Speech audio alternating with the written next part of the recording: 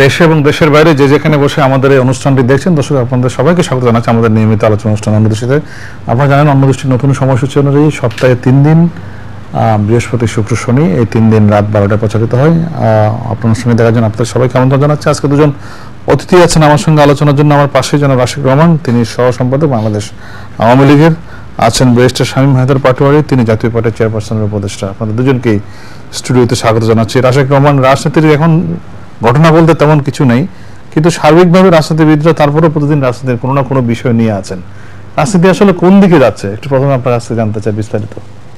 রাজনীতিকে আপনাকে ধন্যবাদ। রাজনীতিকে যদি আমরা দুই ভাগে ভাগ করি, একটা হচ্ছে জাতীয় প্রবৃদ্ধি এবং উন্নয়নের ক্ষেত্র রাজনীতির প্রভাব, আর আরেকটা হচ্ছে আগামী দিনে বৈশ্বিক যে পরিস্থিতি তার সাথে আমাদের রাজনীতি বা আমাদের দেশের কি সম্পর্ক স্থাপন হবে। এই দুটোকে যদি ভাগ করে নিই তাহলে প্রবৃদ্ধি এবং রাষ্ট্রীয় উন্নয়ন এই দুই ক্ষেত্রে রাজনীতি ঠিক দিকেই যাচ্ছে। আপনি কিছুদিন আগেই প্রকাশিত হয়েছে বিবিএস এর মাধ্যমে যে 7.05% আমাদের প্রবৃদ্ধি, এবং সমস্ত বাংলাদেশের প্রত্যন্ত অঞ্চল যেখানে আপনি যাবেন না কেন প্রবৃদ্ধির কারণে সঠিক অর্থনৈতিক সিদ্ধান্ত এবং প্রচুর পরিমাণে ভৌত অবকাঠামোগত উন্নয়নের কারণে যেটা হয়েছে মানুষের জীবনে কিন্তু একটা পরিবর্তন আসছে, এবং প্রতিনিয়ত আমাদের জীবনে সমৃদ্ধি আসছে। আপনার $1316 ছিল আমাদের মাথা পিছু আয়, সেখান থেকে এখন প্রজেক্ট করা হয়েছে যেটা $1400 পেরিয়ে $1460 কোঠায় যেয়ে পৌঁছাবে। তো একদিকে প্রযুক্তিকে, নতুন প্রযুক্তিকে আলিঙ্গন করা, আরেকদিকে অনেক বেশি অর্থনৈতিক কর্মকাণ্ডে মুখর হওয়ার একটা সম্ভাবনা দেখা দিয়েছে বাংলাদেশের জন্য। সেই জায়গাটায় আমি বেশ স্যাঙ্গুইন, হ্যাপি, খুশি। কিন্তু দ্বিতীয় যে ভাগটাতে আমি ভাগটি নিয়ে আলাপ করলাম সেটা হচ্ছে বৈশ্বিক পৃথিবীর সাথে আমাদের রাজনীতির মেরুকরণের কি হবে। সেই জায়গায় আমার একটা ভীতি কাজ করে। যে দেখেন, বেগম খালেদা জিয়া, তারেক জিয়ার যেই ভুল অপরাজনীতি, সেই রাজনীতির কারণে আজ বাংলাদেশের রাজনৈতিক পরিপ্রেক্ষিতে বিরোধী দলীয় যেই একটা শক্তি সাধারণত থেকে থাকে একটি গণতান্ত্রিক সমাজ, একটা ভ্যাকিউম তৈরি হয়েছে।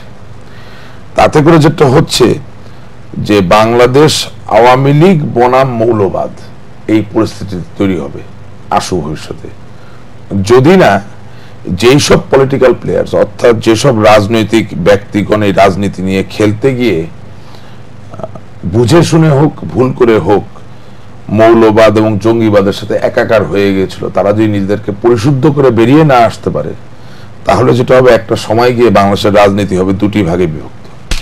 প্রগতি, স্বাধীনতা, মুক্তির সপক্ষীয় শক্তি, যেটা প্রিডমিনেন্টলি বাংলাদেশ আওয়ামী লীগ, আর অন্যদিকে যেটা হবে যে মৌলবাদ এবং জঙ্গিবাদের পুষ্ট কোনো এক, এটাকে রাজনৈতিক শক্তি তো বলা যায় না, মানে কোনো একটা দানবীয় শক্তি, এটা আমি দেখতে পারি। আমার মনে হয় যে অন অ্যান ইমিডিয়েট বেসিস যেটা আমাদের করা দরকার, একই সাথে পলিটিক্যাল ডিভিডেন্ড, যেটা যে মানুষের জীবনে পরিবর্তন আসবে, অর্থনীতিতে পরিবর্তন আসবে, আর্থসামাজিক জীবনে পরিবর্তন আসবে, এটাকে যেমন আমরা উদযাপন করব, সেলিব্রেট করব, ঠিক একই সাথে আমাদের অতি সত্বর ওই দিকে নজর দেওয়া দরকার যেখানে দুটি জিনিস আমরা সক্ষমতার সাথে করতে পারবো। একটা হচ্ছে আমাদের দেশের শিক্ষা ব্যবস্থায় এমন কিছু শিক্ষা কন্টেন্ট, এমন কিছু শিক্ষার বিষয়বস্তু আনয়ন করা প্রয়োজন যা দিয়ে স্বয়ংক্রিয়ভাবে আমাদের কোমলমতির ছেলেমেয়েরা বড় হবে, লেখাপড়া শিখবে, এবং তারা মৌলবাদ জঙ্গিবাদের যে হাতছানি, সেই হাতছানিকে মোকাবেলা করে প্রগতিশীল থাকতে পারবে, এক।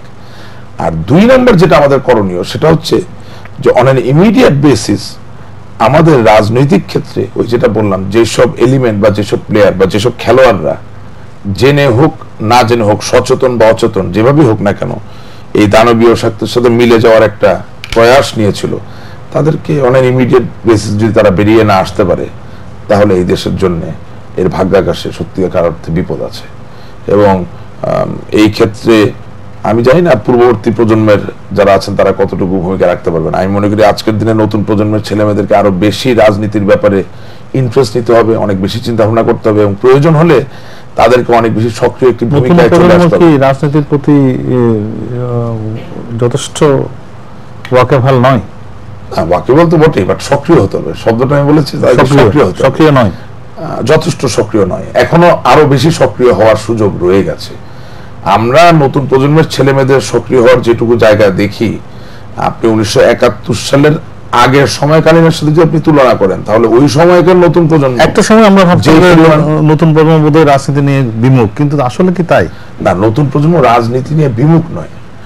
নতুন প্রজন্ম নতুন করে জানতে শুরু করেছে বাংলাদেশের সত্যিকার ইতিহাস কি, এবং আজকে এই জায়গায় আসার পিছনে যে সুস্থ ধারার আদর্শ নির্ভর রাজনীতি ছিল এটা তাদের কাছে পরিষ্কার হয়েছে। কিন্তু এখন যেটা করতে হবে যে তাদের জন্য সুযোগ করে দিতে হবে যাতে তারা কণ্ঠ উঁচু করে সদর পেয়ে রাজনীতিতে অংশগ্রহণ করতে পারে।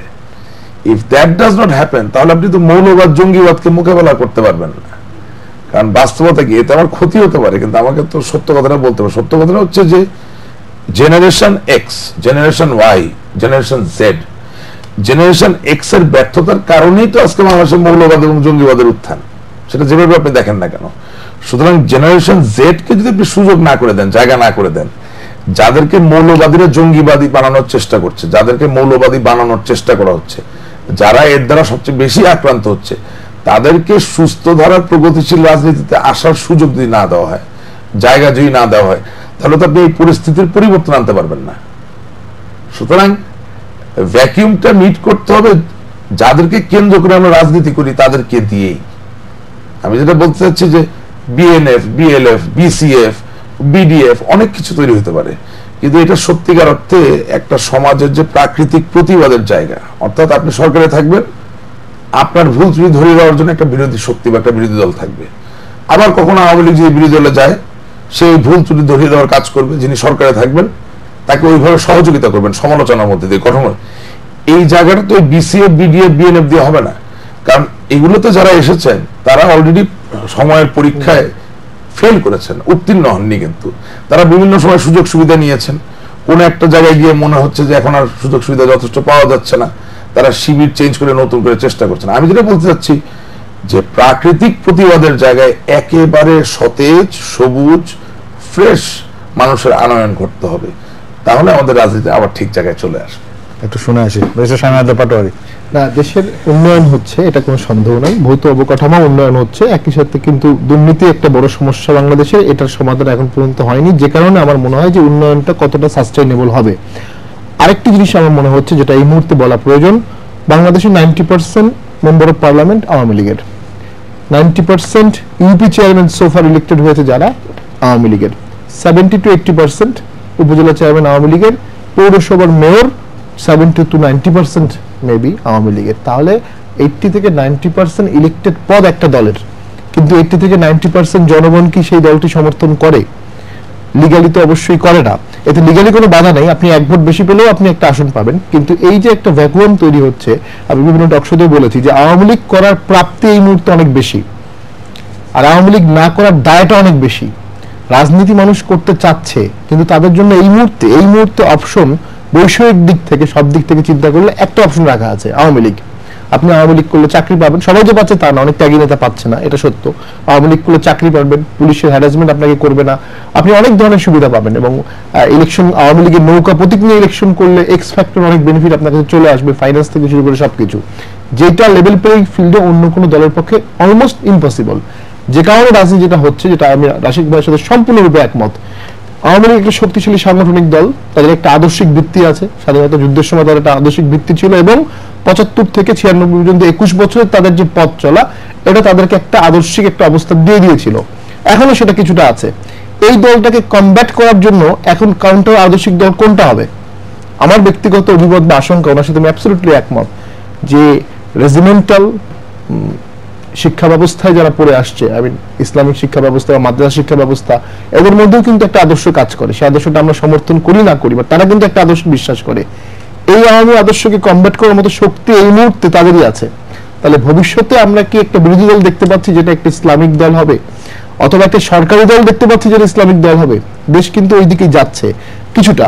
তার কারণ আওয়ামী লীগ যে পরিমাণ স্পেস সংকট তৈরি করছে, স্পেস দিচ্ছে না, নিঃশ্বাস দেওয়ার সুযোগ কম দিচ্ছে, তাতে ওই ধরনের সাস্টেন করার মতো দল কিন্তু এগুলোই থাকছে, এবং আমরা দেখছি অন্য দলগুলো আস্তে আস্তে আস্তে কিন্তু ভেঙে পড়ছে। ইভেন আপনি জামাতের কথাই যদি বলেন, এই ইউপি ইলেকশনে জামাতের যে পরিমাণ জনসমর্থন, তুলনামূলকভাবে তারা কিন্তু জাতীয় পার্টি এবং বিএনপির থেকে অন্য, মানে দাঁড়িপাল্লা মার্কা নিয়ে না, বাট অন্য মার্কায় তারা কিন্তু যথেষ্ট বেশি পরিমাণ চেয়ারম্যান বের করতে পেরেছে। এটা যদি আপনারা ইন্ডিভিজুয়াল সার্ভে করেন আপনারা দেখতে পারবেন। কারণ কি? কারণ হচ্ছে সরকার অনেক বেশি স্পেস সংকট তৈরি করছে। সরকারকে এখন সুষ্ঠু রাজনীতি করতে দেওয়ার সুযোগ দিতে হবে। আমি এই টকশোতে আগে বলেছিলাম যে জওহরলাল নেহরু যখন ইন্ডিয়া স্বাধীন হওয়ার পর সাথে সাথে জয়নারায়ণকে দিয়ে রীতিমতো ফান্ডিং দিয়ে বিরোধী দল তৈরি করেছিলেন। বঙ্গবন্ধু যখন দেশ স্বাধীন করলেন তখন জ্ঞান তাপস আব্দুর রাজ্জাক তার কাছে গেলেন, গিয়ে বললেন যে আপনি 150 সদস্য বিশিষ্ট একটা বিরোধী দল তৈরি করেন, 100 সদস্য বিশিষ্ট, 100 আসন তারা পাবে। বঙ্গবন্ধু সেটা থেকে ওটা সায় দিলেন না, এবং জ্ঞান তাপস আব্দুর রাজ্জাক বললেন যে আমি খুব একটা ভালো কিছু পাচ্ছি না সেখান থেকে। দেন আবুল মনসুর আহমদ বলছে যে বঙ্গবন্ধু নৌকা তৈরি করলেন, নৌকার মাঝি উনি হলেন, নৌকার এক পাশে রাখলেন আওয়ামী লীগকে, আরেক পাশে কোনো দল থাকলো না, যে কারণে নৌকাটা হোঁচট খেলো। এবং আমার 4th অ্যামেন্ডমেন্ট করাটাও আমি মনে করি একটা স্পেস সংকট তৈরি করেছিল। তখন সিরাজুল আলম খান উনি তখন বঙ্গবন্ধুর খুব কাছের লোক ছিলেন এবং একমাত্র বামপন্থী লোক আমার মতে যিনি বঙ্গবন্ধু মৃত্যুর পরে ওপেনলি মানে কান্নাকাটি করেছেন এবং সমালোচনা করেছেন। ওনাকে বঙ্গবন্ধু বললেন যে আয় চলো সবাই মিলে আমরা একটা দল করি। তো সিরাজুল আলম খান বললেন আপনি এক দল না করে আপনি বহুদলীয় একটা সরকার করেন, বহুদলীয় সরকার করেন, জাতীয় সরকার করেন, আমরা সবাই সমর্থন দিব। বঙ্গবন্ধু এটা শুনলেন না সেই সময় নানা কারণে। তো যেটা আমি বলতে চাচ্ছি, যখন আপনি স্পেস সংকট ক্রিয়েট করবেন তখন স্পেস যেটা কাউন্টার স্পেস হবে, একটা দেশের সব লোক আপনার দল করবে এটা কখনো হবে না, এবং এটা বড় অংশই আপনার দল করবে না, এটা মেনে নিয়েই আপনাকে রাজনীতি করতে হবে। এখন এই বড় দল অংশটিকে যদি আপনি সুষ্ঠু ধারা রাজনীতি উপহার দেন তাহলে সেটার সুফল আপনিও পাবেন, ওই দলটিও পাবে, দেশও পাবে। আপনি যদি সুষ্ঠু রাজনীতি করার সুযোগ না দেন তাহলে যেটা হবে তারা অবশ্যই রেজিমেন্টাল জঙ্গিবাদ অথবা অতি আদর্শিক কিছু গ্রুপের লিডারশিপে চলে যাবে। বাংলাদেশের মানুষ কিন্তু কখনোই মৌলবাদকে সমর্থন করেনি, আগেও আমরা দেখেছি ভোটের হিসাবে সবসময় কিন্তু মৌলবাদ অনেক পিছিয়ে ছিল। এখন আওয়ামী লীগ ক্ষমতায় থাকতে চাচ্ছে, থাকতে হবে, উন্নয়ন করতে হবে, এটাও কিন্তু একজনের মৌলবাদী চিন্তা যে আমি যে কোনো মূল্যেই ক্ষমতায় থাকবো।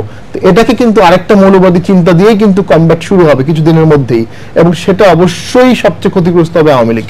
কারণ ভোটের হিসাবে আমরা দেখেছি বিভিন্ন সময়ই আওয়ামী লীগ একটা আনফরচুনেট দল, দেশ স্বাধীন করার পরেও বিভিন্ন ভোটে তারা হেরেছে, যেটা হারার কোনো কারণ নেই। 91 ভোটে হারার কিন্তু আমি খুব একটা যৌক্তিক কারণ দেখি না, এবং আমরা সবাই সে সময়, আমি খুব ছোট ছিলাম বাট আমরা সারপ্রাইজড, এবং রিসেন্টলি একটা বইতেও পড়লাম যে 91 রেজাল্টটা কিন্তু সবাইকে হতাশ করেছিল, যে আওয়ামী লীগের মতো একটি দল যারা 75 এভাবে করে একটা ভিক্টিমাইজড হলো, তারা 91 একটা মোটামুটি ফ্রি ফেয়ার ইলেকশনে হেরে গেল। তো এখানে কিন্তু আওয়ামী লীগকে মনে রাখতে হবে যে অ্যান্টি আওয়ামী শক্তিটা কিন্তু দ্রুত একত্রিত হয়ে যায়, প্রো আওয়ামী শক্তিটা কিন্তু খুব দ্রুত একত্রিত হয় না। আওয়ামী লীগ অ্যাকোমোডেশন দেয় না, এটাও একটা কারণ। আওয়ামী লীগ যদি প্রপার অ্যাকোমোডেশন দিত তাহলে তাদের একটা প্রো আওয়ামী একটা বিশাল ব্লক কিন্তু তারা তৈরি করতে পারতো। এখন কি মুক্তিযুদ্ধের পক্ষের সমস্ত শক্তি কি আওয়ামী লীগের পতাকা তলে আছে? আমার মনে হয় না। বাংলাদেশকে যারা অসাম্প্রদায়িক বাংলা চায় তারা কি সবাই এক পতাকা তলে আছে? আমার মনে হয় না।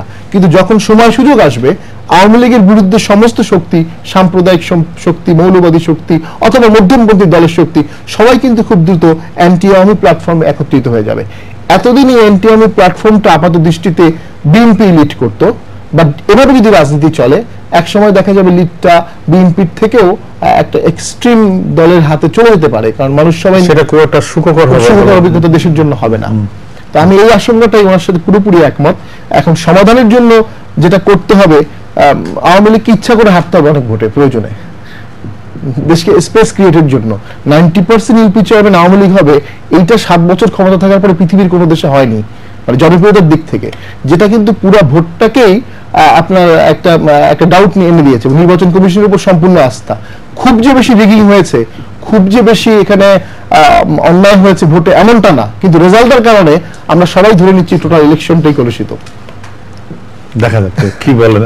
না, প্রথম কথা হচ্ছে যে আওয়ামী লীগকে প্রয়োজনে হারতে হবে, যেটা বলছেন, আপনি কি একমত কিনা এটার সঙ্গে? না, এটার সাথে আমি একমত না, এবং ওনার শেষ যে কনক্লুশনটা যে এমন একটা পরিস্থিতি হতে পারে যেখানে আওয়ামী লীগ বনাম মৌলবাদ, সেই জায়গায় আমি একমত। তবে স্পেস সংকটটা আওয়ামী লীগ তৈরি করছে না।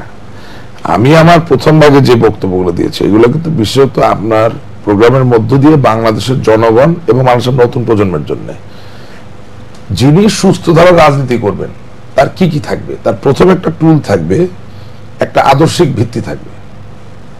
সেটা বাংলাদেশের সামাজিক প্রেক্ষাপট, অর্থনৈতিক প্রেক্ষাপট, রাজনৈতিক প্রেক্ষাপট, বাংলাদেশের ইতিহাস, এই চারের সমন্বয় তৈরি হবে আদর্শিক একটি ভিত্তি। দ্বিতীয়ত তার কি থাকবে, তার সংগঠনকে গড়ে তোলার জন্য এবং তার এই আদর্শকে ছড়িয়ে দেওয়ার জন্য একটি কর্মসূচি থাকবে। তৃতীয়ত কি থাকবে, তৃতীয়ত যেটা সবচেয়ে বড় জিনিস থাকবে, এটা মাও সেতুন কথাটা বলতেন, যে an army of people is like an invincible force, অর্থাৎ যখন আপনি মানুষকে সংঘবদ্ধ করবেন, এই যে সেনাবাহিনী, এটাকে আসলে ঠেকানো যায় না, ঠেকানোর কোনো ক্ষমতা থাকে না, এটাই বাস্তবতা। ভ্যাকিউমটা একটা তৈরি হয়েছে। এই সময় একজন লোক যদি আসেন যিনি সুস্থ ধারার রাজনীতিতে বিশ্বাস করেন, তার একটা আদর্শিক ভিত্তি যদি থাকে, তিনি বাংলাদেশের স্বাধীনতায় যদি বিশ্বাস করেন, তাহলে তো তার জন্য রাজনীতি করার স্পেসের কোনো অভাব হচ্ছে না। সরকার নিজে গিয়ে স্পেস আটকাচ্ছে না। আমাদের সমস্যা কোথায়? আমি তো বাংলাদেশ আওয়ামী লীগের কর্মী, সেই জায়গা থেকে বলি, দেখে মনে হয় আমরা স্পেস দিচ্ছি। আমাদের প্রবলেমটা হচ্ছে একই সাথে বাংলাদেশের নিরাপত্তা বিধান করতে হচ্ছে, আবার একই সাথে যিনি রাজনীতি করবেন তাকেও জায়গা দিতে হচ্ছে। এখন যিনি রাজনীতি করবেন তিনি এমনই রাজনীতি করছেন বা এমন ধরনের রাজনৈতিক হাতিয়ার বেছে নিচ্ছেন যেটি আসলে রাজনৈতিক নয়, সেটি সন্ত্রাসী কর্মকাণ্ড। সুতরাং আমি যদি তাকে স্পেস দিতে চাই কাউকে খুশি করার জন্য, তখন দেখা যায় তিনি এই সুযোগ নিয়ে আমার দেশের সাধারণ মানুষের সহায় সম্পদ প্রাণ নাশ করছেন। এর সবচেয়ে প্রকৃষ্ট নিকট উদাহরণ হবে 2015 সালের 5ই জানুয়ারি থেকে 93 দিনের ধারাবাহিক যে অগ্নি সন্ত্রাস, পেট্রোল বোমা। ওনারা বলছেন এটা এটা বলছেন যে আপনি এই ইউপি নির্বাচনে যে রেজাল্ট গুলো আসছে, এই রেজাল্টই আওয়ামী লীগ কতখানি নিজেকে ইয়ে করতে পারছে। আমি ওই জায়গাটাতে আসছি। আমরা পড়েছি একটা ডাইলেমার ভিতরে। তো আমি যেই প্রথম যে জায়গাটা ছিলাম সেটা বলি যে রাজনৈতিক স্পেস দিতে গেলে দেখা যায় যাকে আপনি স্পেস দিচ্ছেন তিনি সুযোগ নিচ্ছেন সন্ত্রাস করার জন্য, মৌলবাদ জঙ্গিবাদীদের দিয়ে ছাপিয়ে দেওয়ার জন্য সমস্ত কিছু। আমি তাকে ওই জায়গাটা দিতে পারছি না। আমি পরিষ্কার করতে চাই, কোন ব্যক্তি সুস্থ ধারা রাজনীতি যদি আনয়ন করেন, সুস্থ ধারা রাজনৈতিক চর্চা করেন, তার স্পেসের কোনো অভাব হবে না। এই সরকারের ওই মন মানসিকতার কোনো কমতি নাই। সমস্যা হচ্ছে বর্তমানে আপাত দৃষ্টিতে যাদেরকে আমরা দেখি রাজনীতি করেন বা করতে চান, তারা কিন্তু সুযোগ পেলেই ওই সন্ত্রাসের পথটাকে বেছে নিচ্ছেন। দ্যাট ইজ খালেদা জিয়া, তারেক জিয়া এবং জামাতে ইসলামী এবং তাদের কতিপয় নেতারা। এখন আপনি ইউনিয়ন পরিষদের যে নির্বাচনের কথা বললেন, এক্স্যাক্টলি মাই পয়েন্ট। জাতীয়তাবাদী দল বিএনপি থেকে ধানের শীষ নিয়ে যিনি দাঁড়াচ্ছেন তিনি তো তার এলাকায় স্থানীয় সরকার নির্বাচনে ভোট পাওয়ার গ্রহণযোগ্যতাই পাচ্ছেন না। অনেক জায়গায় প্রার্থী নাই। যিনি দাঁড়াচ্ছেন তিনি গ্রহণযোগ্যতাই পাচ্ছেন না, আর অনেক জায়গায় প্রার্থী নাই। 2 নাম্বার, জাতীয় পার্টি তার যে গ্রহণযোগ্যতার জায়গাটা ছিল সেটাকে তারা শানিত করতে পারেন নাই। সুতরাং সেটাও আস্তে আস্তে ক্ষয়িষ্ণু, কমে যাচ্ছে। এমত অবস্থায় আওয়ামী লীগ যখন নৌকা মার্কা নিয়ে নির্বাচন করতে যাবে তখন 90% সিট সে জিতবে, এটা খুবই বাস্তব, খুব সত্য, খুব যৌক্তিক। এটাও ঠিক, অনেকে খালি চোখে যখন দেখবেন 90% জিতেছে মনে করতে পারে যে নির্বাচন সুষ্ঠু হয়নি, কিন্তু উনি নিজে কিন্তু স্বীকার করছেন নির্বাচন সুষ্ঠু হয়েছে। আমি আমার এলাকায় করছি, সেখানে বিএনপির প্রার্থীও আছে, সেখানে জাতীয় পার্টির প্রার্থীও আছে, আওয়ামী লীগের প্রার্থী আছে, আবার ছদ্মবেশে জামাত ইসলামীর প্রার্থীও কিন্তু আছে। সমস্যাটা হচ্ছে যে বাংলাদেশের মানুষ এই যে অ্যাক্সিস ফোর্স, এই যে বিএনপি এবং জামাতকে এমন ভাবে পরিত্যাগ করেছে, আপনি চাইলে ওই যে বললেন না ইচ্ছা করে হারার কথা, ইচ্ছা করে কিভাবে আপনি হারবেন? একজন প্রার্থী, সেই প্রার্থীর গ্রহণযোগ্যতা, তার জনবল, তার ভোট, তাহলে তো আমাকে আসলে একটা রিগিং করে ইলেকশন করতে হবে ইচ্ছা করে হারতে গেলে, যে আমার প্রার্থীকে আমার জোর করে হারিয়ে দিতে হবে। এটা তো পারবেন না, কারণ উনি যে দাঁড়াচ্ছেন অনেক জনবল আছে, একটা জনমত আছে। যেদিন ইলেকশনের দিন আসবেন হাজারে হাজারে লাখে লাখে ভোটার তার পক্ষে ভোট দিতে যাবেন, আমি যদি তাকে জোর করে হারাতে যাই তাহলে যেই দায়ে আসলে আমাকে দায়ী করা হচ্ছে সেই দায়ে কিন্তু আমি দায়ী আসলে হচ্ছি। সেটা করার এখানে অপশন নেই। এখানে অপশনটা কি? এখানে অপশনটা খুব সহজ। বাংলাদেশ আওয়ামী লীগ সরকার, মাননীয় প্রধানমন্ত্রী শেখ হাসিনার সরকার, এবং উনি নিজে চান বাংলাদেশের গণতান্ত্রিক পরিবেশ বজায় থাকুক। উনি কোনোদিনও বিরোধী দলের রাজনীতিকে ভয় পাননি। আপনাকে মনে রাখতে হবে বাংলাদেশ আওয়ামী লীগ দীর্ঘ বহু বছর বিরোধী দলের একটা ভূমিকায় ছিল, এবং আমরা বিরোধী রাজনীতিকে আলিঙ্গন করি, একই সাথে সরকারি যে ভূমিকা সরকারি দলে গেলে সেটাকেও আমরা আলিঙ্গন করি। সেই জায়গায় আমাদের পরিপক্কতার কোনো অভাব নাই।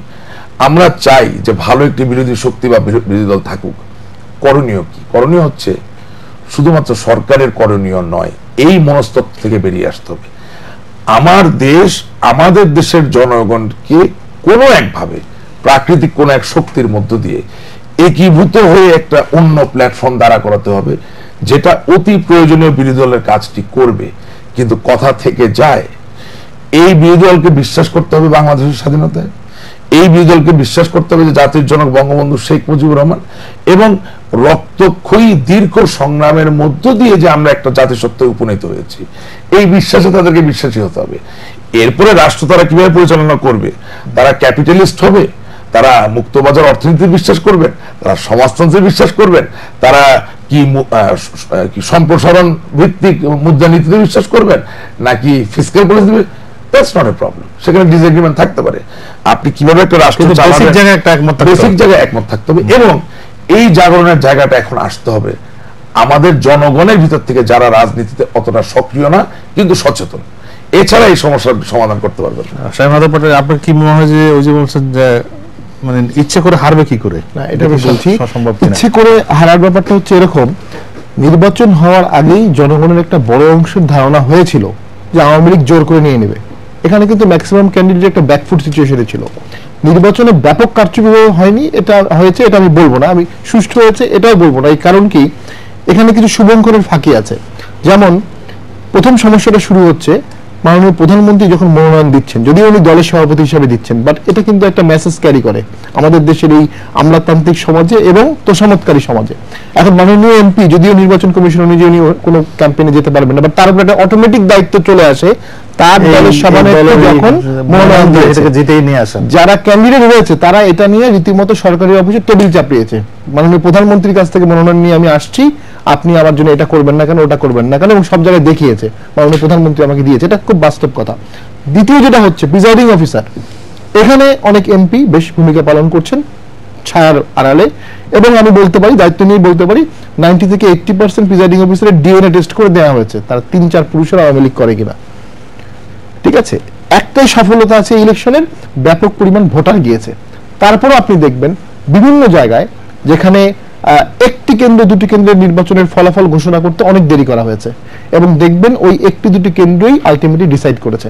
আওয়ামী লীগ অ্যাজ এ সাংগঠনিক দল এই পরিবেশে 50-60% আসন অটোমেটিক্যালি পাওয়ার কথা, কারণ অন্য পার্টির ভোটগুলো ভাগ হয়ে যায় স্থানীয়ভাবে, যে বাড়ির পাশে ওয়ার্ড থেকে যিনি দাঁড়িয়েছেন তাকে কিছু ভোট দেওয়া হবে। আওয়ামী লীগ একটা রেজিমেন্টাল দল হওয়ার কারণে তারা একত্রিত ভোটটা পায়, কিন্তু রেজাল্টটা আসলেই অস্বাভাবিক হয়ে গেছে, এবং এটা আরেকটা হতাশার সৃষ্টি করছে যে আসলেই পরবর্তীতে নির্বাচন করে কি সরকার পরিবর্তন করা যাবে। এখন যারা সরকার পরিবর্তন করতে চাবে অনেকেই এখন অল্টারনেটিভ ওয়েগুলো খুঁজবে, অল্টারনেটিভ ওয়েগুলো অবশ্যই ভালো না, নির্বাচন ছাড়া অন্য যে ওয়েগুলো আছে। এটা কিন্তু একটা অবশ্যই সংকট সৃষ্টি করছেই। আরেকটা সংকট তৈরি করছে, কেয়ারটেকার গভর্নমেন্ট কিন্তু বর্তমানে বাংলাদেশে নাই, এবং আমরা যেটা বুঝি সরকারের খুব দ্রুত এটাকে ফিরিয়ে আনারও কোনো সদিচ্ছা নাই। এখন সেক্ষেত্রে সরকারের উচিত ছিল নির্বাচন কমিশনের উপর জনগণের আস্থাটা বাড়ানো। নির্বাচন কমিশন যেভাবে হতাশাব্যঞ্জক কথাবার্তা বলেছে এবং অনেক ক্ষেত্রেই তারা প্রপার দায়িত্ব পালন করতে পারে নাই, সেটার ফলে কিন্তু মানুষের এই নির্বাচন কমিশনের উপর আস্থা কমে যাচ্ছে। নির্বাচন কমিশনের উপর আস্থা তো মানুষের থাকার কোনো কারণ নাই, এমন নির্বাচন কমিশন যে বক্তব্য তাদের যে আচরণ নিয়ে তারা প্রাইম মিনিস্টারের কাছে অভিযোগ করছে, মানে এটা খুব ন্যাক্কারজনক যে আপনি কেন প্রাইম মিনিস্টারের কাছে অভিযোগ করবেন, আপনার নিজের হাতে কনস্টিটিউশনাল পাওয়ার আছে, আপনি অনেকগুলো আপনি যা চাবেন, যে ওয়ার্কফোর্স চাবেন রাষ্ট্রপতি সেটা দিতে বাধ্য, এবং রাষ্ট্রপতি দেয়নি এমন ঘটনা কিন্তু ঘটেনি, রাষ্ট্রপতি যা চেয়েছেন তাই দিয়েছেন। অ্যাজ এ হোল প্রবলেমটা হচ্ছে যে ওই যে আমি বললাম 90% এমপি আগে থেকেই হয়ে আছেন আওয়ামী লীগের। যিনি ডিসি সাহেব উনি অবশ্যই সরকারের মদত পুষ্ট, সরকারের আশীর্বাদ পুষ্ট। বাংলাদেশের প্রেক্ষাপটে ডিসি, এসপি এবং টিএনও এনারা সরকারি আশীর্বাদ পুষ্ট লোকজনই হয়। তো তারা কি সেই আশীর্বাদের কিছুটা দায়ভার করবে না এই ইলেকশনে? বাংলাদেশের প্রেক্ষাপটে করবে। এআরও, অ্যাসিস্ট্যান্ট রিটার্নিং অফিসার অথবা ডিস্ট্রিক্ট রিটার্নিং অফিসার, এটা যদি স্বতন্ত্র একজন ব্যক্তি হতো তাহলে এই প্রবলেমটা হতো না, সেটাও কিন্তু করা হয়নি। এবং বিএনপি এখানেও ব্যর্থ, তারা এই দাবিগুলো তুলছে না। তারা অনেক আগেই বলতে পারতো যে নির্বাচন কমিশনের একটা নিজস্ব অফিস থাকবে, নিজস্ব লোকবল থাকবে, নিজস্ব টোটাল সেক্রেটারি আলাদা থাকবে। যিনি ডিসি হবেন বাংলাদেশের প্রেক্ষাপটে কোনো ডিসি সরকারের বাইরে কাজ করতে পারে না, কখনোই করে না, তাদের উচিত না। তো তাদের একটা অটোমেটিক লয়ালটি চলে আসে, এবং বেছে বেছে পার্টিকুলার মতাদর্শ এবং পার্টিকুলার জেলার লোককেই ডিসি করা হয় বাংলাদেশে বর্তমানে। তো তারা অবশ্যই কিছুটা ফ্যাক্টর হবেই, এবং নির্বাচনের ফলাফল প্রভাব করতে কিন্তু আপনার খুব বেশি ফ্যাক্টর ইউজ করতে হয় না। প্রিজাইডিং অফিসারদের একটা সাইলেন্ট রোল অনেক নির্বাচনকে চেঞ্জ করে দেয়। ফলাফল যেটা খারাপ হচ্ছে, এত শক্তিশালী হওয়ার পরেও আওয়ামী লীগ সংখ্যা কি কাটছে, সব জায়গায় ষড়যন্ত্রের কথা বলা হচ্ছে প্রতিটি মিটিংয়েই, যে আমাদের বিরুদ্ধে ষড়যন্ত্র হচ্ছে, এটা হবে, সবারকে সতর্ক থাকতে হবে। এত শক্তিশালী হওয়ার পরে ভয় তো কাটছে না। ভয় কাটার জন্য তো আপনার স্পেসটাকে একটা গণতান্ত্রিক পরিবেশ রাখতে হবে। আরেকটা প্রবলেম যেটা হচ্ছে ঐক্যমতের কথা আশিক ভাই বলছেন, অবশ্যই ঐক্যমত করতে হবে। ঐক্যমতের জন্য তো আলোচনা করতে হবে, আলোচনা তো করা হচ্ছে না, আলোচনাকে রিফিউজ করা হচ্ছে। আলোচনা রিফিউজের ব্যাপারটাই কিন্তু সবসময় আমাদের এখানে মুখ্য চলে আসে যে কিসের আলোচনা করবো, কি নিয়ে আলোচনা করবো। হ্যাঁ, সেখানে আপনারা বলতে পারেন যে এদের সাথে কেন আলোচনা করবো, এরা যুদ্ধবাদীর সাথে আছে বা অমুক দল আছে, বাট কন্ডিশনাল আনকন্ডিশনাল আলোচনা তো হবে। আর কন্ডিশনাল তো আলোচনা হয় না, আলোচনা হবে খোলা মনে। দেন আপনি আলোচনার ফলাফল ধাপে ধাপে যাবে। জাতীয় ঐক্যমতের জন্য 2 বছর বা 7 বছর আমি মনে করি কোনো প্রকার চেষ্টা আওয়ামী লীগ করে নাই, এবং এটা না করার কারণে জাতীয় ঐক্যমত না করে একটা উন্নয়ন তত্ত্ব দাঁড়া করা হচ্ছে যে আমরা অনেক বেশি উন্নয়ন করে গণতন্ত্রের ঘাটতি পূরণ করে দেব। গণতন্ত্রের ঘাটতি কোনো কিছু দিয়েই পূরণ করা যায় না, বাস্তবতা যেটা। আর যেসব দেশে গণতন্ত্র ছাড়া উন্নয়ন হয়েছে ওসব দেশে দুর্নীতি ছিল না, সুশাসন ছিল। বাংলাদেশ কিন্তু একটা দুর্নীতিগ্রস্ত দেশ, এটা আজকে থেকে না, 10-15 বছর থেকেই।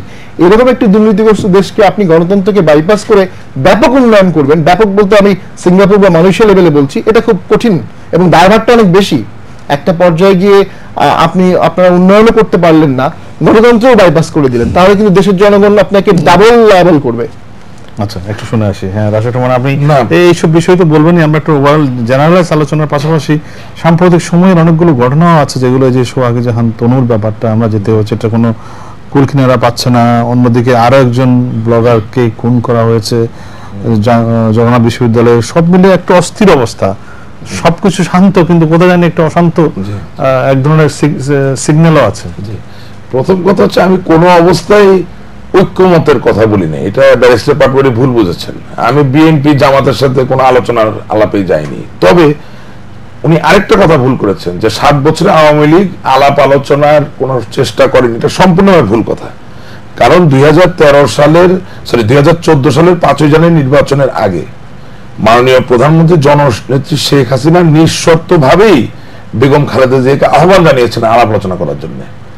ওনার সাথে এক জায়গায় একমত যে আলাপ আলোচনা শর্ত দিয়ে হয় না, শর্ত জুড়ে দিয়েছেন বেগম খালেদা জিয়া। মাননীয় প্রধানমন্ত্রী জননেত্রী শেখ হাসিনা কোনোদিন বলেননি যে এই শর্তে রাজি হলে আপনার সাথে আমি আলোচনা করব।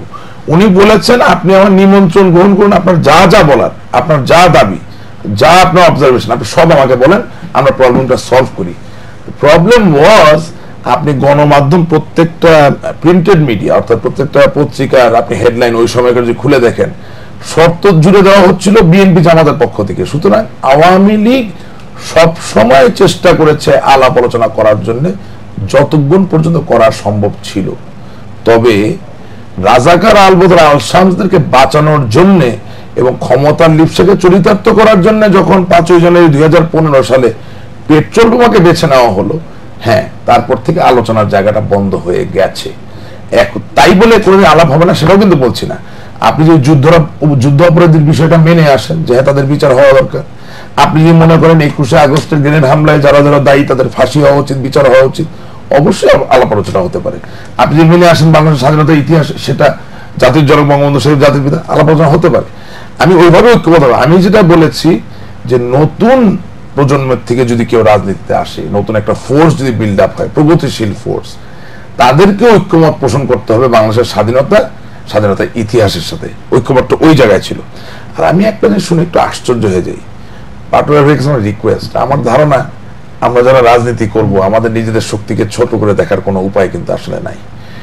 ডিসি আর এসপিরা শুধু সরকারের পক্ষে থাকলে যে সরকার পরিবর্তন করা যায় না, এই ধারণা যতদিন আপনি ঝেড়ে না ফেলে দিতে পারবেন ততদিন পর্যন্ত আদর্শ নির্ভর রাজনীতির স্ফুরণ এই দেশে কোনোদিন হবে না। এর সবচেয়ে বড় উদাহরণ আমি আপনাকে দিই। 1970 সালে পশ্চিম পাকিস্তান এবং পূর্ব পাকিস্তানের শাসনভার ছিল সিভিল সার্ভিস অফ পাকিস্তানের যারা কর্মকর্তা সিএসপিদের হাতে, যাদের 100 জনের ভিতরেই 99.99% সম্পূর্ণভাবে বিশ্বস্ত ছিলেন পশ্চিমা সামরিক জান্তার প্রতি। তারপরেও কিন্তু বঙ্গবন্ধু শেখ মুজিবুর রহমান তার ভালোবাসার বাঙালি জাতির, বাংলাদেশের সেই সব ভোটারদেরকে সাথে নিয়ে 169 ভিতরে 167 জিতে দেখিয়ে দিয়েছেন।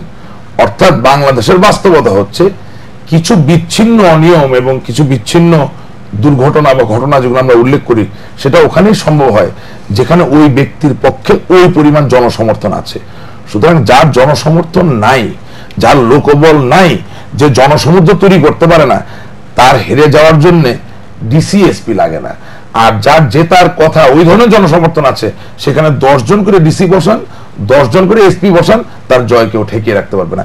এটাই বাস্তবতা। এবং এটাও বলি, ওই যে আপনি বলছেন না যে ভোটের মধ্যে ক্ষমতায় না যেতে বললে অন্য পথ অবলম্বন করা হবে, এটার সাথে আমি একমত না। আপনি দেখুন সাউথ আফ্রিকার মতো একটি দেশ, সেই দেশে কৃষ্ণাঙ্গরা ছিল মেজরিটি, কিন্তু নেলসন ম্যান্ডেলা তো নাশকতার পথ বেছে নেন নাই। তিনি কারাবরণ করেছেন, কারাগারে থেকে নেগোসিয়েশন করেছেন, আলাপ করেছেন, আন্দোলন চলেছে, তার মধ্য দিয়ে তিনি বেরিয়ে এসে একটি নিয়ম নির্বাচনের মানুষের মধ্যে ভাবতে পারে আর কি, কোনো না কোনো পক্ষ। দেখেন আমি বলি, বাংলাদেশের কোন সাধারণ মানুষ যিনি বিএনপি করেন, গণতান্ত্রিক পথ ভাবতে পারে, বাংলাদেশের যিনি একজন সাধারণ মানুষ কিন্তু বিএনপি করেন, তার সাথে আপনি একক আলাপচারিতা করেন, উনি কোনোদিনও বলবেন না যে ক্ষমতায় যাওয়ার জন্য পেট্রোল বোমা ব্যবহার করাটা ঠিক একটা উপায় ছিল। যিনি জামাতে ইসলামী করে সাধারণ কর্মী, মনে করেন যে ভেস্তে যাবেন জামাত করে দাঁড়িপাল্লায় ভোট দিয়ে, তার সাথে আপনি আলাপ করেন, উনি কোনোদিনও বলবেন না যে পেট্রোল বোমা মারাটা সঠিক ছিল। তার মানে কি, এই যে অল্টারনেটিভ চিন্তা করতে পারে বা এই যে অল্টারনেটিভ চিন্তা করা, সমস্যাটা কোথায় জানেন? একজন, দুইজন, তিনজন মানুষের ভিতরে নিহিত। এই 1, 2, 3 জন মানুষকে যদি আমরা পরিহার করতে পারি, তাহলে বাংলাদেশের রাজনীতি সুস্থ হবে, সুন্দর হবে, যেভাবে করা দরকার সেভাবে হবে। আর হিউম্যান এলিমেন্ট কখনো ছোট করে দেখতে পারবেন না, নেতৃত্বই তো ব্যাপার। আপনার নেতা যদি অন্ধ হয়, আপনার নেতা যদি দুর্নীতিগ্রস্ত হয়, আপনার নেতা যদি দুর্বল মেরুদণ্ডের অধিকারী হয় এবং কুচক্রী হয়, তাহলে যা হয় বাংলাদেশের রাজনীতি তাই হচ্ছে। আই এম সরি যে আমার কথা এভাবে বলতে হলো, বেশি না কিন্তু 1, 2, 3 জন তাদেরকে নিয়ে প্রবলেম, বাংলাদেশের রাজনীতি সুন্দর হয়ে যাবে, সুস্থ হবে। এটা গেল এক। আর তনু হত্যাকাণ্ডের কথা বললেন, মর্মান্তিক, কোনো সন্দেহ নাই। আমি যতটুকু ফিল করি, সরকার আপ্রাণ চেষ্টা করছে এই রহস্যের জাল উন্মোচন করার জন্য। আমি এও বিশ্বাস রাখি বাংলাদেশে, আমরা বারবার দেখছি তার পরিবারের লোকজনকে বারবার জিজ্ঞাসাবাদ করা হচ্ছে, কিন্তু মানে যাদেরকে এই যে হত্যাকাণ্ডের পেছনে কারা আছে তাদের ব্যাপারে খুব বেশি উদ্যোগ দেখছে না। এটা তো হচ্ছে কি, তদন্তের ক্ষেত্রে যিনি প্রাসঙ্গিক না তাকে কোনোভাবে হয়রানি করা ঠিক না। তদন্তের ক্ষেত্রে যদি তার পরিবারের কাউকে জিজ্ঞাসা করা দরকার পড়ে, প্রাসঙ্গিক হন, জিজ্ঞাসা করতে হবে। প্রশ্ন হচ্ছে, জিজ্ঞাসাবাদ কি তার পরিবারের সদস্যদেরকে অত্যাচার করার জন্য, নাকি তনুর কোনো পূর্ব শত্রু ছিল কিনা, কবে কোন ঘটনা কোথায়, এই ডিটেলস গুলো বের করার জন্য কিন্তু অনেক সময় জিজ্ঞাসাবাদ করতে হয়। কারণ অনেক তথ্য তো আমাদের জানা নেই। আমার কোনো অজানা শত্রু থাকতে পারে, যার কথা হয়তো আমার বড় ভাই জানতে পারেন, আমার বোন জানতে পারেন, আমার বাবা, আমার মা জানতে পারেন। ইন্টারোগেশন দিতে চলে, আমি পুলিশের ওই জায়গাটা যেতে চাই না, আইন শৃঙ্খলা রক্ষাকারী বাহিনীর জুতোটা আমি পড়তে চাচ্ছি না। আমি বলতে চাচ্ছি যে আজ পর্যন্ত বাংলাদেশে যত সেন্সেশনাল মার্ডার কেস হয়েছে, মানে চাঞ্চল্যকর হত্যাকাণ্ড হয়েছে, তার বেশিরভাগের রহস্য উদ্ঘাটিত হয়েছে, বেশিরভাগের, সব না, বেশিরভাগের। আমি আল্লাহ তাআলার কাছে কামনা করি এবং বিশ্বাস করি যে তনু হত্যাকাণ্ডের রহস্য কিন্তু উন্মোচিত হবে। আর হলো কি, এই কথাটা ভালো না লাগতে পারে, আমাদের 17 কোটি মানুষের দেশে যদি অন অ্যান ইমিডিয়েট বেসিস আইন শৃঙ্খলা রক্ষাকারী বাহিনীর ব্যাপ্তি আমরা বৃদ্ধি না করি, তাদের প্রশিক্ষণ যদি আরো উন্নততর না করি, এবং আমি আরেকবার আপনার প্রোগ্রামে কিন্তু বলেছিলাম, যিনি মামলা নিবেন পুলিশ, তিনি আবার গ্রেপ্তার করবেন, তিনি আবার তদন্ত করবেন, এই চর্চা পরিবর্তন না করে ডিভিশন অফ লেবার যদি পুলিশ বাহিনীতে আমরা না আনয়ন করি, তাহলে এই ধরনের যে অন্যায়গুলো, এটা এক কমবে না। আর 2 নম্বর আরেকটা কারণ আছে, ওই আমরা রাজনৈতিক স্পেসের জায়গা থেকে আসি, সোশ্যাল স্পেসেরও কিন্তু একটা ব্যাপার আছে। আপনি খেলাধুলার সুযোগ থাকবে না, গান বাজনার সুযোগ থাকবে না, সংস্কৃতি চর্চা করার জায়গা থাকবে না, তাহলে কিন্তু ক্রাইম বাড়বে। আপনি বাংলাদেশ থাকছে না, কেন থাকছে না? কারণ আমরা জনাকীর্ণ এক দেশ, আমরা ভিটামিন সি খাওয়া শিখেছি, আমরা ডায়রিয়া হলে জিঙ্ক ট্যাবলেট খাওয়া শিখেছি, আমরা মোবাইল ফোনে SMS করা শিখেছি, ইন্টারনেট ব্রাউজ করা শিখেছি, কিন্তু পরিবার পরিকল্পনা যে কত গুরুত্বপূর্ণ সেটা এখনো উপলব্ধি করিনি। এটা বাস্তব। আপনার যেই হারে কি বলে জনসংখ্যা বাড়ছে, সেটা দেখে অনেকে মনে করেন যেটা খুব ভালো একটা জায়গায় আছে, আসলে তা না। বাংলাদেশের জনসংখ্যা বৃদ্ধির her on an immediate basis it has to B ব্রট down to 0। কারণ 55,598 বর্গ মাইলের দেশে, এটাকে ইংরেজিতে বলা হয় ল্যান্ড হাংরি নেশন, অর্থাৎ আপনার জমি বিমুক্ষ মানুষ, আমরা থাকার জায়গা দরকার, কাজের জায়গা দরকার, শিল্প স্থাপনের জায়গা দরকার। সেখানে আপনি খেলার জায়গা করবেন কিভাবে? মাঠের জায়গায় হয়ে যাচ্ছে অ্যাপার্টমেন্ট। আপনি সাংস্কৃতিক চর্চা করবেন কিভাবে? আগে বেলি রোডে যেতেন, আমার মনে আছে, আমার বাবা আমাকে ছোটবেলা যখন বয়স 12-13, প্রতি সপ্তাহে নিয়ে যেতেন মঞ্চ নাটক দেখানোর জন্য, থিয়েটার দেখানোর জন্য। আজকে কয়টা থিয়েটার হয়, কোথায় হয়, কে জানে? This is the situation. কারণ যিনি নাট্যকর্মী, নাটক দিয়ে যিনি দেশে বিপ্লব ঘটাতে চান, সুস্থ সমাজ তৈরি করতে চান, তার জন্য তো 20 কোটি টাকা দিয়ে একটা জায়গা কিনে ওই থিয়েটার তৈরি করা সম্ভব না। সুতরাং সমাজকে তো এগিয়ে আসতে হবে। সমাজকে এগিয়ে আসতে হবে ওভারঅল। কিন্তু আমাদেরকে এটা মনে রাখতে হবে যে এই ধরনের ক্রাইম বাড়বে যদি না আমরা সোশ্যাল কিন্তু আমরা তো ক্রাইমের কোনো কুল কিনারা করতে পারছি না, যে একেবারে ব্লগার আরেকজন ব্লগার হত্যা হয়ে গেল। না, ব্লগারদের হত্যাকাণ্ডের কিছু কিছু ক্লু আমরা পেয়ে গেছি, বাট আই ডু রিয়েলাইজ, আমি এটা ফিল করি যে আন্তর্জাতিক এবং আভ্যন্তরীণ কিছু যোগ সাজসের কারণে কিছু ইনফরমেশন এখনো গোপন রাখতে হচ্ছে। বাট আমরা সরকারের সাথে যেহেতু চলাফেরা করি, ব্লগারদের কিছু কিছু ক্ষেত্রে কিছু কিছু তথ্য কিন্তু বেরিয়ে এসেছে, বাট তাদের ওই তদন্তের অন্তিম জায়গায় পৌঁছানোর জন্য ওই তথ্যগুলো এখনো প্রকাশ করা যাচ্ছে না। তবে এই ব্লগার যিনি মারা গেলেন, এটা মর্মান্তিক। আর আমি একটু আগে প্রোগ্রাম আগে বলেছিলাম যে এটা ব্লগার কেন বলা হচ্ছে, দিস ইজ নট কারেক্ট। যিনি মেকআপ আর্টিস্ট, যিনি আপনার রূপচর্চায় সহযোগিতা করে, ওনার তো একটা ব্লগ থাকতে পারে। যিনি ভালো মেকানিক, খুব দ্রুত সময় গাড়ির চাকা কিভাবে চেঞ্জ করতে হয়, ব্যাটারি কিভাবে চার্জ দিতে হয়, যারা লেখালেখি করে সাধারণত তাদেরকে ওটা ওভাবে ব্র্যান্ডিং করা তো ঠিক হচ্ছে না। উনি বাংলাদেশের নাগরিক, আপনাকে এই কথাই বলতে হবে যে বাংলাদেশের একজন নাগরিক যিনি মুক্ত মনে চিন্তা করতেন, চর্চা করতেন, তাকে হত্যা করা হয়েছে। এই ব্লগ ব্র্যান্ডটা করে হয় কি তার সম্মানটাকে আপনি হানি করছেন। আসল কথা কি, তিনি আমার দেশের নাগরিক, তিনি আমার দেশে বেঁচে থাকার অধিকার রাখেন, তার মনের মতামত প্রকাশ করার অধিকার রাখেন, কিন্তু তাকে হত্যা করা হচ্ছে। আমাদের জায়গাগুলো পরিষ্কার করা দরকার। অনেকগুলো ইস্যু নিয়ে আসছেন বিষয়ে আমার যেটি প্রথমে যে এটা এখানে একটা মিডিয়া, আমি বলবো যে প্রপার তদন্তের আগে অনেক বেশি তথ্য মিডিয়াতে চলে আসছে, যেটা আসলে মিডিয়া ট্রায়াল আমরা বলি। কিন্তু একটা কোশ্চেন মার্ক রয়ে গেছে, যেটা আমি আইনজীবী হিসাবে মনে করি। একটা হচ্ছে কেন পোস্টমর্টেম রিপোর্টটা এত দেরিতে আসলো, বা পোস্টমর্টেমটা এত দেরিতে করা হলো। কারণ মেডিকেল সায়েন্সে এত দেরিতে পোস্টমর্টেম করলে কখনোই ধর্ষণের আলামত থাকবে না, এটা ফার্স্ট প্রবলেম। দ্বিতীয় প্রবলেম হচ্ছে যে আঘাতের কোনো চিহ্ন কেন মেডিকেল রিপোর্টে আসলো না। জি মানে না, এটা ঠিক না। আপনি যাকে রেপ করছেন, হ্যাঁ, তাকে রেপ করার পরে তিনি যদি জীবিত থাকেন, তাহলে ভিসেরা রিপোর্টের দেরি করলে সেখানে ধর্ষণের কোনো আলামত থাকবে না, কারণ মানুষের শরীর নিজেকে নিজে হিল করে। সো রেপ করতে গিয়ে যে অ্যাব্রেশন বা ইনজুরি হয় সেটা হারিয়ে যায়।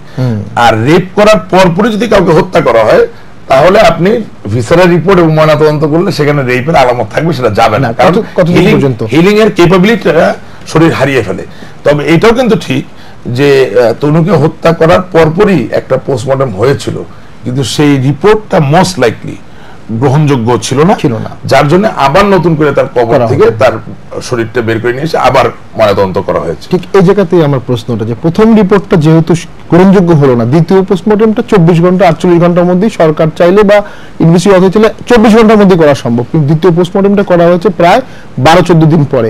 মেডিকেল সায়েন্সে 7 থেকে 8 দিন পরে যখন বডি কম্পোস্ট হয়ে যায়, তখন আপনার সিমেন্স বা আদার যে সিমটম গুলো থাকে, রেপের যেগুলো থাকে, এগুলো সব ওগুলো কখনো কোনোভাবেই ট্রেস করা সম্ভব না। আমি একজন ডাক্তারের সাথে কথা বলেছি 7 থেকে 10 দিন পরে, কিন্তু আঘাতের চিহ্ন একটাও নাই। এখন একটা ইয়াং মেয়ে মারা গেল কিভাবে? তার হার্ট অ্যাটাক হতে পারে, সে আত্মহত্যা করতে পারে, স্ট্রাঙ্গুলেশন করতে পারে, সুইসাইড করতে পারে, তাকে সাফোকেশন করা হতে পারে। মৃত্যুর কিন্তু ডেফিনেটলি কিছু কজ আছে।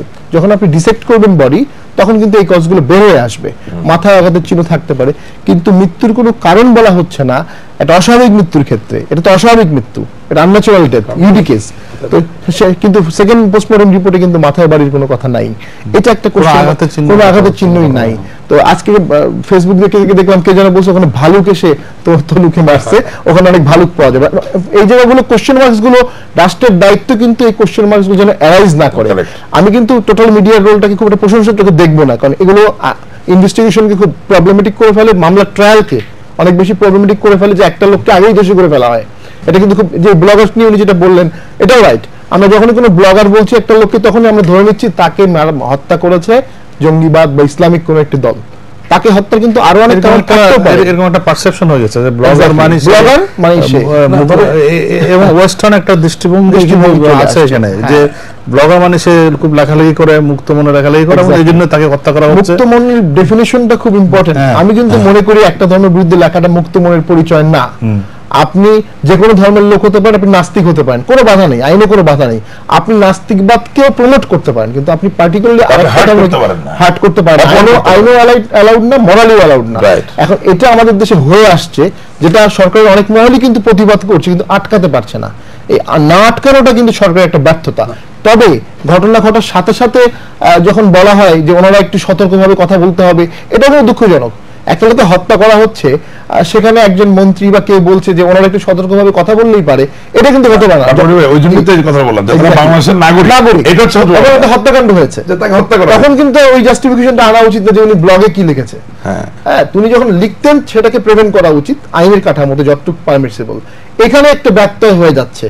আরেকটা জিনিস হচ্ছে, সেটা হচ্ছে এই যে ব্লগার শব্দটা, এটা ইউজ করাটা মানে চেঞ্জ করা উচিত। একইভাবে আমি বলবো, যুদ্ধাপরাধীর ট্রায়াল যখন হচ্ছিল তখন কিন্তু একটা শব্দ ইউজ করা হতো, ট্রায়াল অফ ইসলামিস্ট, এবং এনডিটিভি থেকে সমস্ত টিভিতে এটা করেছে, আন্তর্জাতিক মাধ্যমে আমরা দেখেছি। একটা ব্রডার পার্সপেক্টিভে চলে যাচ্ছেন, কিন্তু ইসলামিস্ট কি ট্রায়াল হচ্ছে, এটা কিন্তু সরকারের জন্য ইমেজ সংকট। এই টার্মিনোলজিগুলো আমি মনে করি দায়িত্বশীল মিডিয়ার উচিত যে আমাদেরকে কারেক্ট করা, যেন জনগণ কারেক্ট শব্দটা ইউজ করে, কারেক্ট শব্দটা আসে, এটা খুব ইম্পর্টেন্ট। এই অ্যাজ এ হোল যে ঘটনাগুলো ঘটছে, এবং একজন ইমামের মসজিদের মুয়াজ্জিন মারা গেলেন 3-4 দিন আগে, এর আগে শিয়া মসজিদে আঘাত, এমন ঘটনাগুলো ঘটছে যেটা ইন্টারন্যাশনাল কমিউনিটিকে দ্রুত কানেক্ট করছে। একজন শিয়া যদি মারা যায়, তাদের একটা ইন্টারন্যাশনাল কমিউনিটি আছে, আহমেদিয়াদের আছে, সবারই আছে। তো এই কমিউনিটিতে আঘাত করে যে ঘটনাগুলো ঘটা হচ্ছে, আমার কাছে মনে হয় সমাজকে অস্থিতিশীল করার জন্য এগুলো কিন্তু প্ল্যান্টেড ঘটনা। কে করছে এটা আমরা বলার মতো পজিশনে নাই, বাট এগুলো কিন্তু সবই একটা ব্রডার মানে কনস্পিরেসির পার্সপেক্টিভে। ছোট ছোট করে যদি একটু বলেন, আমাদের খুব বেশি সময় নেই, একেবারে সংক্ষেপে। প্রথম কথা হচ্ছে, বাংলাদেশে একটা জিনিস কিন্তু আমাদের পরিলক্ষিত হয়, এটা শুধু হত্যাকাণ্ডের ব্যাপার না, অনেক হত্যাকাণ্ডে দেখা যায় পোস্ট মর্টম রিপোর্ট নিয়ে একটা গড়িমসি চলে। আজকে সময় এসেছে অন ইমিডিয়েট বেসিস যিনি ত্রুটিপূর্ণ পোস্টমর্টম রিপোর্ট দিলেন তাকেও তো আইন আওতায় নিয়ে আসতে হবে, because we should set an example, একটা দৃষ্টান্ত স্থাপিত হওয়া উচিত, যাতে ভবিষ্যতে কোনো ধর্ষণ বা হত্যাকাণ্ডে বা কাউকে আক্রান্ত করার ক্ষেত্রে যেখানে পোস্টমর্টম একটা ইম্পর্টেন্ট ফ্যাক্টর, সেটা নিয়ে আর কেউ ড্যাবেল করার সাহস পাবে না। ছোট্ট একটা কাজ দিয়ে কিন্তু বাংলাদেশ আইন শৃঙ্খলা পরিস্থিতির অনেক উন্নয়ন করা যায়। হ্যাঁ, এটা গেল এক।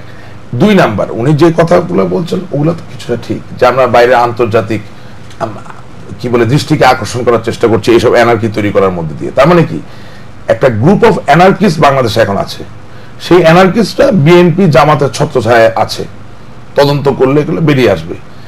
এই এনার্কিস্ট থাকলেও আমাদেরকে একটা জিনিস মনে রাখতে হবে, যে ওয়্যার দেয়ার ইজ ডেঞ্জার, দুটো জিনিস আছে। চাইনিজ ভাষায় ডেঞ্জার লিখতে গেলে দুটো অক্ষর ইউজ করে, একটা অক্ষর হচ্ছে অপরচুনিটি, আর একটা হচ্ছে ক্রাইসিসে বলা হচ্ছে যে চাইনিজের ক্রাইসিস লিখে দুটো অক্ষর, একটা হচ্ছে ডেঞ্জার আর একটা হচ্ছে অপরচুনিটি।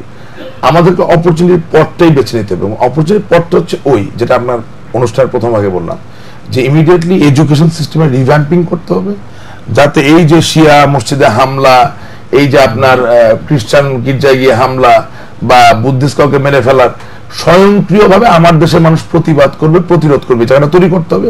পাশাপাশি বুদ্ধিদীপ্ত প্রযুক্তি নির্ভর আইন শৃঙ্খলা রক্ষাকারী বাহিনী তৈরি করতে হবে, একেবারে এছাড়া আপনি মোকাবেলা করতে পারবেন। 1 মিনিটের মধ্যে শেষ করতে হবে, শেষ বক্তব্য আপনার। মূল সমস্যাটি যেটা আমি বলবো, প্রথমেই ষড়যন্ত্র তো হবেই, কনস্পিরেসি হবেই, মৌলবাদ বা জঙ্গিবাদও হবে, কিন্তু যখন এই জিনিসগুলো জনসমর্থন পেয়ে যায় তখন কিন্তু আশঙ্কাটা অনেক বেশি পেয়ে যায়, সমস্যা হয়ে যায়। সেই ক্ষেত্রে সরকারের অবশ্যই যে বললাম সুষ্ঠু রাজনীতি প্রমোট করা, এটার কোনো বিকল্প আমি দেখি না। আমরা মনে করি যে সুস্থ রাজনীতির অবশ্যই কোনো বিকল্প নেই, এবং সেদিকে সরকার অবশ্যই নজর দেবে। সুস্থ রাজনীতির বিকাশ যাতে ঘটে বাংলাদেশে, রাজনীতির একটা সঠিক পথে যাতে পরিচালিত হয়, সেই দিকে যাতে আমরা পরিচালিত হতে পারি, সেই প্রত্যাশাই করছি। রাশেক রহমান এবং ব্যারিস্টার শাহাদাত পাটোয়ারি দুজনকেই ধন্যবাদ জানাচ্ছি আজকের এই আলোচনা শোনার জন্য। দর্শক আপনাদেরকেও অনেক ধন্যবাদ জানাচ্ছি অনুষ্ঠানটি দেখার জন্য। সবার জন্য শুভকামনা রইল, ভালো থাকুন সবাই।